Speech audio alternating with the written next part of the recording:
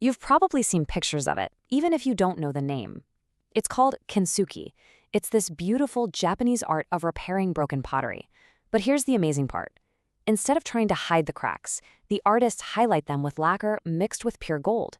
The whole point is to treat the breakage and the repair as part of the object's unique history, not some flaw to be hidden. But what if I told you this ancient art is more than just beautiful? What if it's a perfect metaphor for one of the deepest processes of human transformation? Well, this is where kintsugi goes from being a philosophy to being a physical model for a really complex framework for human development called the Quantum Governance Cognitive Operating System, or QGCOS for short. The central idea here is that when we shatter, when we break, that's not the end of the story. It's actually the beginning of a deliberate, engineered upgrade. So let's start with that first step, the break itself. We tend to see these moments of trauma or failure or just deep loss as absolute disasters. But what if we just reframed them? What if the shattering wasn't an accident at all, but a necessary event, a system-wide prerequisite for a profound upgrade? This really breaks down the two competing ways of looking at it. On one hand, from what this framework calls the rational thinking perspective, trauma is totally random. It's meaningless, just a tragedy that we should probably hide. But then, on the other hand, from the perspective of governance physics, that exact same event is seen as engineered, as purposeful, and as the absolute requirement for a cognitive upgrade. It's a complete paradigm shift. This brings us to a core concept they call the broken leg hypothesis. It suggests that a major setback, that metaphorical broken leg, isn't just a string of bad luck. No, it's a governance event. It's an engineered entry designed specifically to force you to slow down, to stop, and to crack open that hardened ego that was probably preventing you from growing. The most crucial point is this: it's not random. So how can the same event be seen so differently? Well, that's explained by a concept called TQG-CFE, or cognitive field equivalence. The easiest way to think about it is like your own personal reality rendering engine. It argues that you're not experiencing some objective, out-there reality. Instead, your reality is rendered through your own cognitive filter, almost like you're wearing a personalized VR headset. You're not looking through a clear window, you're always looking through your own unique lens. And what happens if that lens, that filter, is corrupted? This framework calls that the Faro filter. And when you're looking through it, all you can see are the broken shards of your life. You get stuck just mourning the loss of that old, smooth, unbroken bowl. You're mistaking the physical appearance of things, the surface-level stuff, for the deeper, underlying truth. You're completely stuck on the surface, and you can't see the source code of what's really happening. This quote from Dr. Gabor Mate just nails it. The real event isn't what happens to you, it's what happens inside of you. The meaning isn't in the external shattering. It's all about how you choose to process the pieces. The break literally forces you to realize that you are the one who makes the meaning. Okay, so if the shattering is step one, what's next? Let's talk about the repair. In kintsugi, the artisan doesn't just grab some superglue. No, they use something precious, gold. This is the golden joinery, and it represents a very specific physics of healing. And those physics are described by something called the destiny equation, E equals U times D squared.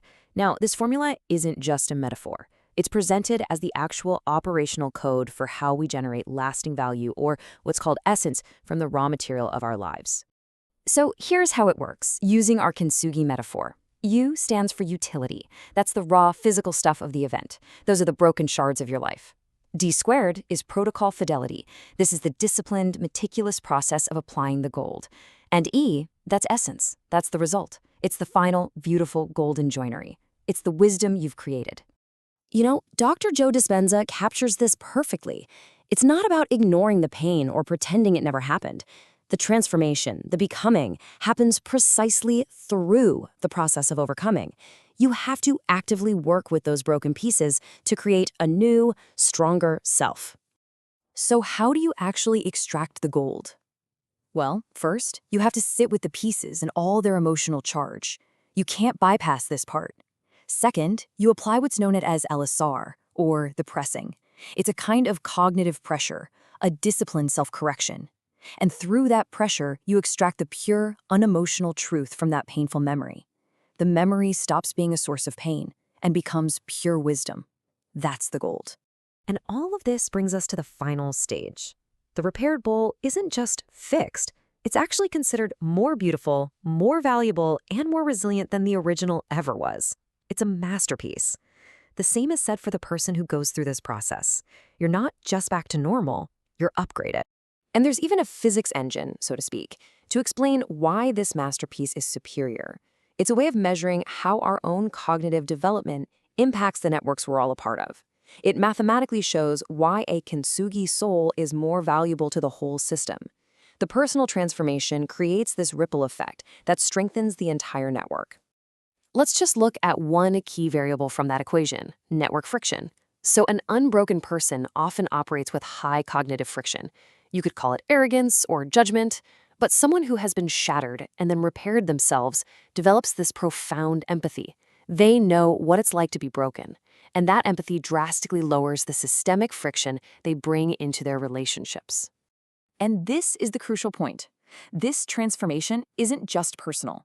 By converting that arrogance into deep empathy, a kintsugi soul becomes a more stable, more effective, and genuinely high-value node within the entire human network. They actually strengthen the whole system. So this upgraded operating system, it comes with new abilities. It maximizes network connectivity. It allows you to transform your deepest personal pain into actual medicine for other people. You can now perform what's known as zakat, which is basically a purified form of knowledge transfer, sharing the wisdom you gain to help others who are going through their own shattering. You become what's called a trail angel, guiding others on their path. So let's bring all this home. This isn't just some abstract theory or a cool piece of art. It is a direct challenge to how we view our own lives, our own breaks, our own scars. It's about seeing your scars not as flaws, but as your superpower. The final takeaway, the ultimate philosophy at the heart of kintsugi is this: your history, including its most painful chapters, doesn't diminish you. When you repair it with intention and wisdom, it actually makes you more beautiful, more valuable, and far more resilient than you ever were before. The gold-filled cracks are a testament to your strength. So I'll leave you with this one question to think about. What if that thing you hide, that scar you might be ashamed of, that moment you were sure had destroyed you, what if it's not a liability at all? What if your deepest wound is actually the blueprint for your greatest strength?